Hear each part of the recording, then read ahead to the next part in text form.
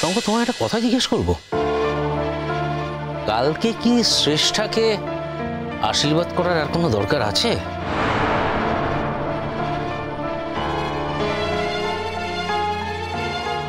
আগেও দরকার ছিল না, আর কোনোদিনই দরকার ছিল না।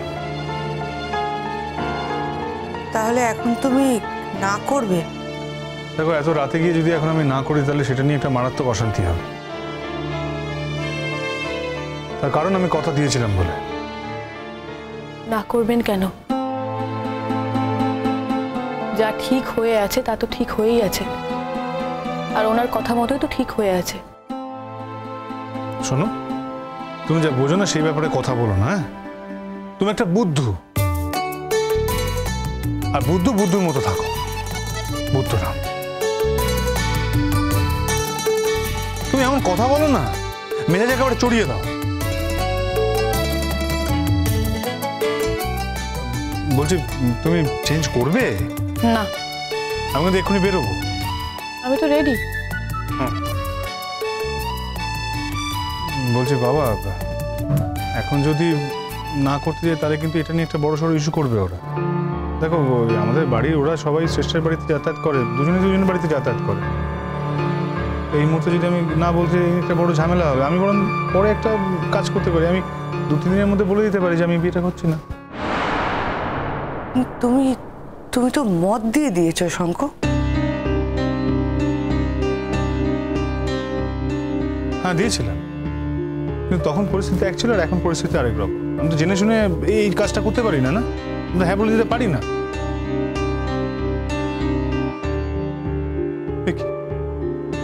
তোমার আবার কি হল?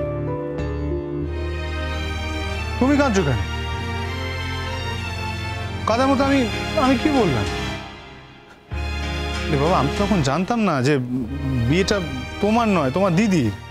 আমি কি করে জানবো? তাছাড়া একটা হিসেব এখনো আমার পরিষ্কার হওয়া বাকি আছে, সেটাতে আমি এখনো ক্লিয়ার নই। কিসের হিসেব? সেটা মোহরের সঙ্গে। ও যা হিসেব নিকেশ করবে সব পরে করো বাবা, এখন কোনো হিসেব নিকেশ করতে হবে না, কারণ এত রাত হয়ে যাচ্ছে। ওকে যদি ওর মায়ের কাছে রেখে আসো তাহলে যাও, বেরিয়ে যাও। আমি তো রেডি। ও যাচ্ছে না কেন? আমি কি নিচে একা গিয়ে দাঁড়িয়ে থাকবো? সেই তো একসাথেই তো যাবে। হ্যাঁ, ঠিক আছে, তাহলে আসছি। আচ্ছা, একটা কথা, ওকে কিন্তু বলে দাও কাল যেন ওই বাড়ির তলায় গিয়ে আমাকে ফোন করে দাঁড়িয়ে না থাকতে হয়। আমি কিন্তু বেশিক্ষণ দাঁড়াবো না, আমি ওই ঠিক 11:10টায় যাবো। ও যেন ঠিক নেমে আসে। বলছিলাম কি, কাল 2টো নাগাদ কলেজে একটা প্রোগ্রাম আছে। অবকাশ মৃত্যুর মুখ থেকে ফিরে এসেছে, তাই আমরা সবাই মিলে ওকে একটু ফেলিসিটেট করব। আর যারা কোভিড ওয়ারিয়ার, যারা কোভিডের শহীদ, তাদের উদ্দেশ্যে আমরা একটু ফুল টুল দেব। তো আমার তো 11টায় যাওয়ার দরকার নেই, আমি যদি পরে চলে যাই। হোয়াট ডু ইউ থিংক মোহন? আমি এবার কলেজে পৌঁছে আবার তোমার নিতে আসবো? আমার কোনো ক্লাস নেই।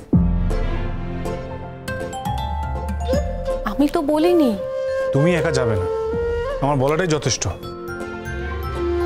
আমি তোমাকে 11টায় আনতে যাবো, তুমি রেডি থাকবে, বাস। আমাদের ব্যাচের তখন কেউ আসবে না, তখন আমি একা কি করব? আমার তো ক্লাসও কালকে নেই। কি করবে সেটা দেখা যাবে, দরকার হলে তুমি আমার চেম্বারে বসে থাকবে। না না, তা হয় না।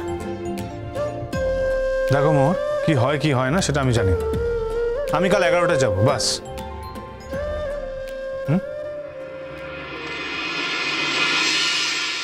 বাবা, আমরা রওনা আছি। মা, আসছি। শোনো, রাত হয়ে গেছে অনেক, সাবধানে গাড়ি চালিয়ে। হ্যাঁ। আচ্ছা, একটা কাজ করো না, বাড়িতে গিয়ে আমাকে একটা ফোন করে দিয়ে বরঞ্চ, তাহলে আমরা একটু নিশ্চিন্ত হব। বেশ, ফোন করে দেবো। ধর। ম্যাম, আসছি স্যার। ওকে, চলো, গুড নাইট। Good night.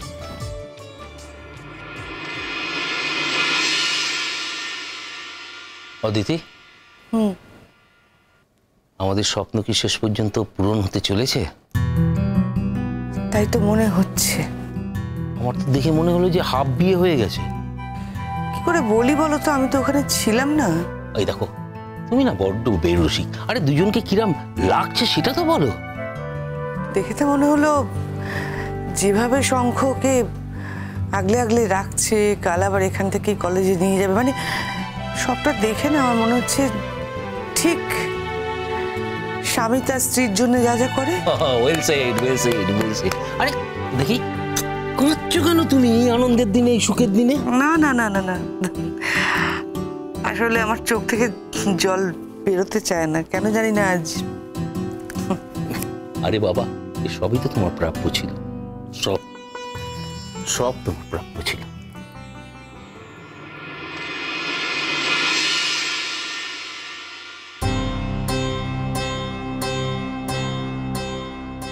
দাঁড়া দাঁড়া দাঁড়া, ওয়েট। আমাদের কিন্তু একটা মান সম্মানের ব্যাপার আছে শঙ্খ, সেটা কিন্তু তুই জাস্ট ভুলে যাস না। হ্যাঁ, আমি ঠিক বুঝলাম না ছোটকা, তোমরা কোন মান সম্মানের কথা বলছো? হ্যাঁ, আমি তোমাদের কোন মান সম্মান আঘাত দিয়েছি বলো? না না, আমার নিজের কোনো মান সম্মান নেই। তোমার কোন মান সম্মানে তুমি আহত হয়েছো সেটা আমাকে একটু পরিষ্কার করে বলবে মহারাজ। তুমি বলেছিলে যে বিয়েতে এগোতে, তুমি বলেছিলে। তুমি এখন অন্য সুরে গান গাইলে তো হবে না। আমরা এখন আশীর্বাদ করতে যাচ্ছি, তুমি যাচ্ছ না, ইনফ্যাক্ট তুমি যেতে চাইছো না। যেটুকুনি আমার যাবার কথা ছিল না তোমাদের সঙ্গে আশীর্বাদে, আমার যাবার কথা ছিল না। হ্যাঁ, তোমরা আশীর্বাদ করতে যাচ্ছ, যাও গো।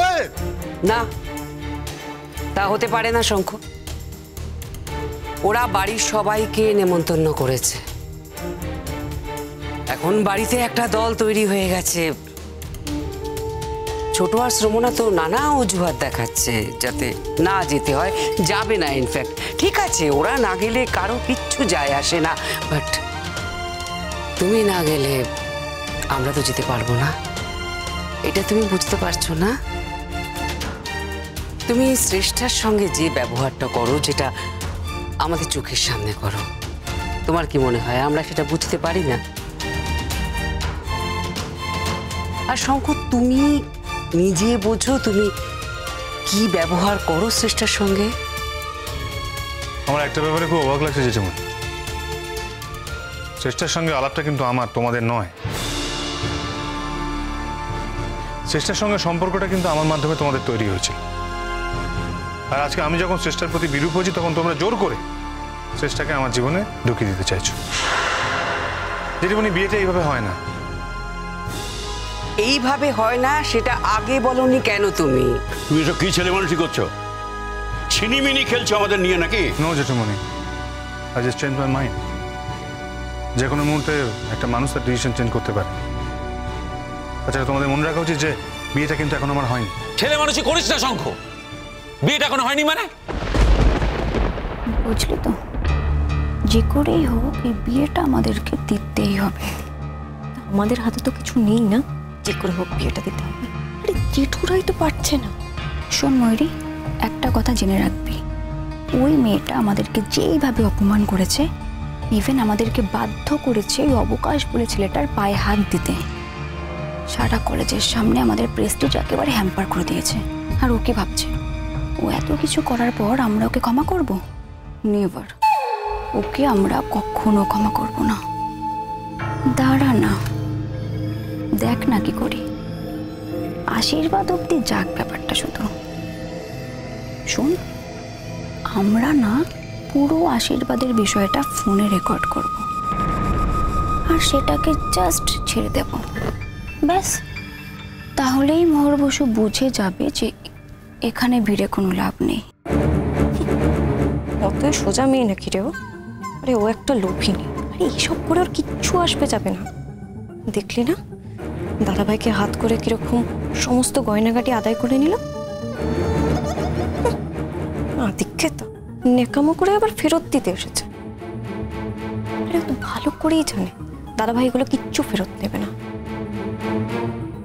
আসলে এইসব কিছু করে না দাদাভাইয়ের মন ভোলানোর চেষ্টা করছে।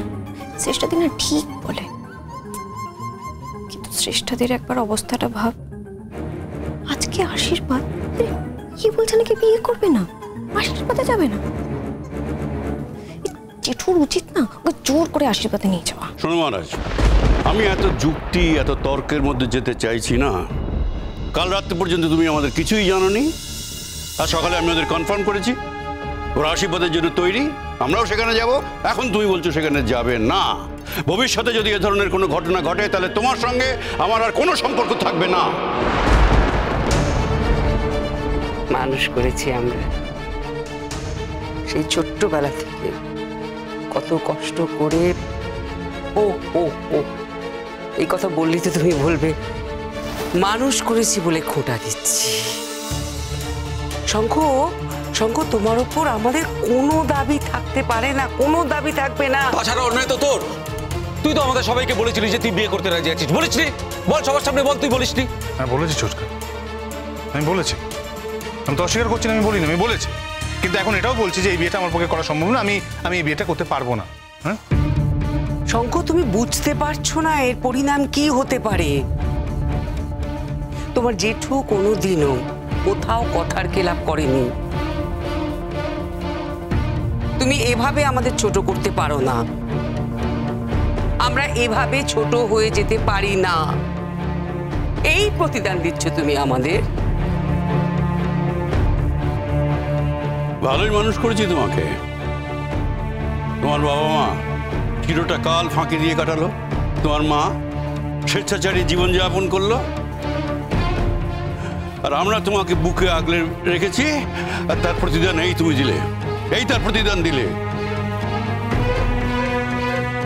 এতটুকু কষ্ট তোমাকে কোনোদিন বুঝতে দেয়নি, সেই তুমি আমাকে আজকে এত বড় আঘাত দিলে, এত বড় আঘাত। নতুন আলো একে ডাকে মোহ